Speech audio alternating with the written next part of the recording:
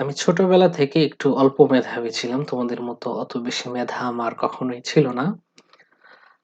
তো আমি ১ থেকে ২০ এর পর্যন্ত নামতা মুখস্থ করতে পেরেছিলাম। তারপরে আসলে আর পারি নাই। এরপরে যখনই লেগেছে আমি ক্যালকুলেটর ব্যবহার করেছি। একটু অলস প্রকৃতির ছিলাম। যাই হোক।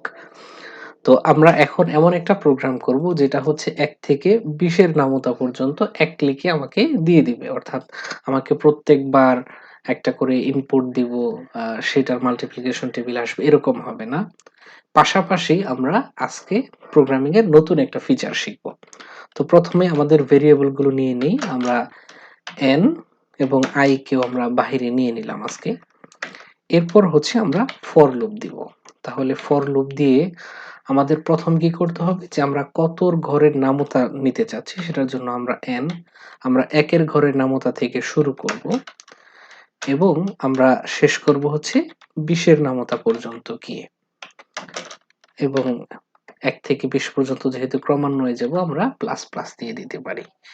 এরপরে যে বিষয়টা আসতেছে সেটা হচ্ছে এটা তো হচ্ছে আমরা নামতার জন্য একটা লুপ লিখলাম। অর্থাৎ নামতা ১ থেকে শুরু হবে, ২০ এর নামতায় গিয়ে শেষ হবে। কিন্তু নামতা চালার জন্য অর্থাৎ ১ থেকে ১০ পর্যন্ত যে প্রত্যেকটা সংখ্যাকে গুণ করবে সেটার জন্য আমাদের আরেকটা লুপ লিখতে হবে এবং সেই লুপটা লিখতে হবে কোথায়? এই লুপের ভিতরে। তাহলে আমরা একটা লুপের ভিতরে আরেকটা লুপ লিখতেছি। জাস্ট এটুকু একটু মাথায় রাখো। পরে গিয়ে আমরা সেটা একটু এক্সপ্লেইন করব। তাহলে এই লুপটা চলবে i দিয়ে। তাহলে i = 1 যেহেতু ১ দিয়ে গুণ করব, আমরা সেমিকোলন দেই। কোলন দিলে কাজ করবে না। এবং আমরা যেহেতু ১ থেকে ১০ পর্যন্ত সংখ্যাগুলো দিয়ে গুণ করব তাহলে i <= 10 এবং i এর মান আমরা ১ করে বৃদ্ধি করব। এরপরে হচ্ছে আমাদের সেই কাঙ্ক্ষিত নামতার যে ছকটা প্রিন্ট করতে হবে সেটা। তো আমরা সেটা আগেও লিখেছিলাম, রেখে দেওয়া উচিত ছিল। %d = %d \n, কমা, দুঃখিত কমাটা পড়বে হচ্ছে বাইরে গিয়ে। এর প্রথম %টা হচ্ছে n এর জন্য, পরেরটা হচ্ছে i এর জন্য এবং তারপরেরটা হচ্ছে n into i। আমরা যদি এখন প্রোগ্রামটাকে রান করি, ডিরেক্টলি বিল্ড এন্ড রান, এবং আমরা যদি দেখি যে আমরা এটার আউটপুটটা আরেকটু সুন্দর করতে পারতাম যে ১০ প্রিন্ট হওয়ার পর এখানে আমরা একটু স্পেস দিয়ে দিতে পারি। এখানে আমরা একটু ফাঁকা রাখতে পারি বা কোনো একটা সেপারেশন দিতে পারি।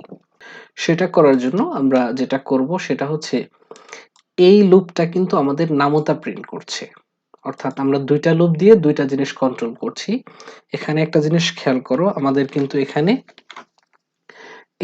এইটা ফর একটা লুপ, এখানে ফর আরেকটা লুপ। তাহলে এই ফর লুপটা হচ্ছে এই পর্যন্ত আর এই ফর লুপটা হচ্ছে এই পর্যন্ত। অর্থাৎ একটা ফর লুপের ভিতরে আরেকটা ফর লুপ বসে গিয়েছে। সুতরাং আমরা ভেতরের যে লুপটা আছে এটাকে বলবো ইনার লুপ। মাউস দিয়ে আসলে ইংরেজি লেখাটা ঝামেলা। Inner loop. আর বাইরে যেটা আছে সেটাকে আমরা বলবো আউটার লুপ। তো কখনো যদি একটা লুপের মধ্যে এক বা একাধিক লুপ থাকে তখন সেটাকে বলা হয় নেস্টেড লুপ। এটা একটু ভালো করে মনে রাখবা। নেস্টেড লুপ ভবিষ্যতে প্রচুর প্রয়োজন পড়বে। এটাকে বলা হয় নেস্টেড লুপ। তাহলে একটা লুপের ভিতরে যখন আরেকটা লুপ বসে যাবে তখন সেটাকে আমরা নেস্টেড লুপ বলে থাকবো। এবার আসো যে আমরা এটাকে আরেকটু সুন্দরভাবে কিভাবে সাজাইতে পারি সেটার জন্য আমাদের কি করা উচিত। তো এটাকে আরেকটু সুন্দরভাবে সাজানোর জন্য আমাদের যে এই যে ইনার লুপটা আছে এই লুপের পরে আমরা কোনো একটা কিছু প্রিন্ট করে দিব। তাহলে এখানে যদি আমরা একটু এন্টার দেই, এন্টার দিয়ে আমরা এখানে লিখে দিই প্রিন্ট। আচ্ছা, এই অংশগুলো একটু ক্লিয়ার করে দিই তাহলে সুন্দর লাগবে। তাহলে আমাদের একটা নামতা লেখা হয়ে যাবে এখান থেকে। তারপরে হচ্ছে প্রত্যেক নামতার পর আমরা একটা করে সেপারেশন তৈরি করব। সেই জন্য আমরা এখানে একটা প্রিন্টএফ ফাংশন নিয়ে আসি। এবং মজার বিষয় হচ্ছে আমরা এই printf ফাংশনের ভিতরে কিছুই দিব না, জাস্ট কয়েকটা ড্যাশ দিয়ে দিব। তাহলেই দেখব যে কত সুন্দর দেখা যায়। আ এবং আমরা আরেকটু মজা করতে পারি, সেটা হচ্ছে n একটা আগে দিলাম, অর্থাৎ শুরুতে একটা লাইন ব্রেক করবে, এরপরে হচ্ছে ড্যাশ, এরপরে আবার n আসবে। তাহলে সেপারেশনটা আরো বেশি সুন্দর দেখাবে।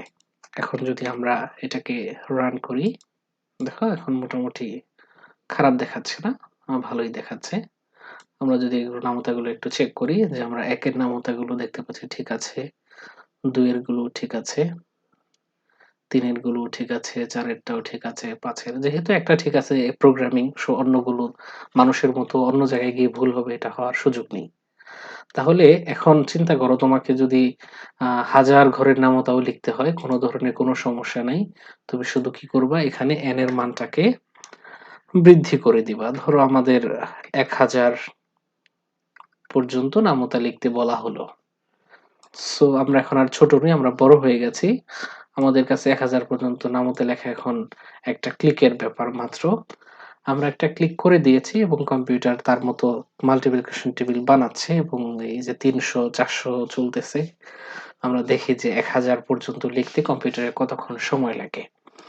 এই তো কাছাকাছি চলে এসেছে ৮০০, ৯০০। তো আমরা দেখতে পাচ্ছি মাত্র ২০ সেকেন্ড সময়ের মধ্যে সে ১০০০ ঘরের নামতা পুরোপুরিভাবে লিখে ফেলেছে। সুতরাং প্রোগ্রামিং ছাড়া যদি ১০০০ ঘরের নামতা লিখতে চাও, তাহলে তো বুঝতেই পারছো সারাদিন কাভার হয়ে যাবে। আর প্রোগ্রামিং এর মাধ্যমে আমরা খুব সহজে অনেক বড় একটা কমপ্লেক্স ম্যাথমেটিক্স প্রবলেমকে খুব সহজেই সমাধান করে ফেলতে পারি। সো ২ টা জিনিস এখানে তোমার খুব ভালো করে মাথায় রাখতে হবে। সেটা হচ্ছে ফর লুপ দের মধ্যে যখন ফর লুপ, শুধু ফর লুপ না, যেকোনো লুপের মধ্যে যখন অন্য আরেকটা লুপ ঢুকে যায়, তখন সেটাকে নেস্টেড লুপ বলে। আর নেস্টেড লুপের সর্বপ্রথম যে লুপটা থাকে এটাকে বলা হয় আউটার লুপ। আর ভেতরে যেটা থাকে সেটাকে বলা হয় ইনার লুপ। আর যদি ৩ টা লুপ পরপর নেস্টেড হয়, সেটা খুব কম ক্ষেত্রেই হয়। অনেক কমপ্লেক্স প্রবলেম সলভ করতে গেলে আসলে ৩ টা লুপ একত্রে করতে হয়। তখন দেখা যায় যে ফার্স্ট ইনার লুপ এবং সেকেন্ড ইনার লুপ। তাহলে বাইরের যেটা সেটা আউটার লুপ, ভেতরে যে কয়টাই থাকুক সবগুলো ইনার লুপ। সো আশা করি আজকে তোমরা নতুন কিছু শিখতে পেরেছো। পরবর্তী ভিডিওর আমন্ত্রণ এখানেই শেষ করছি।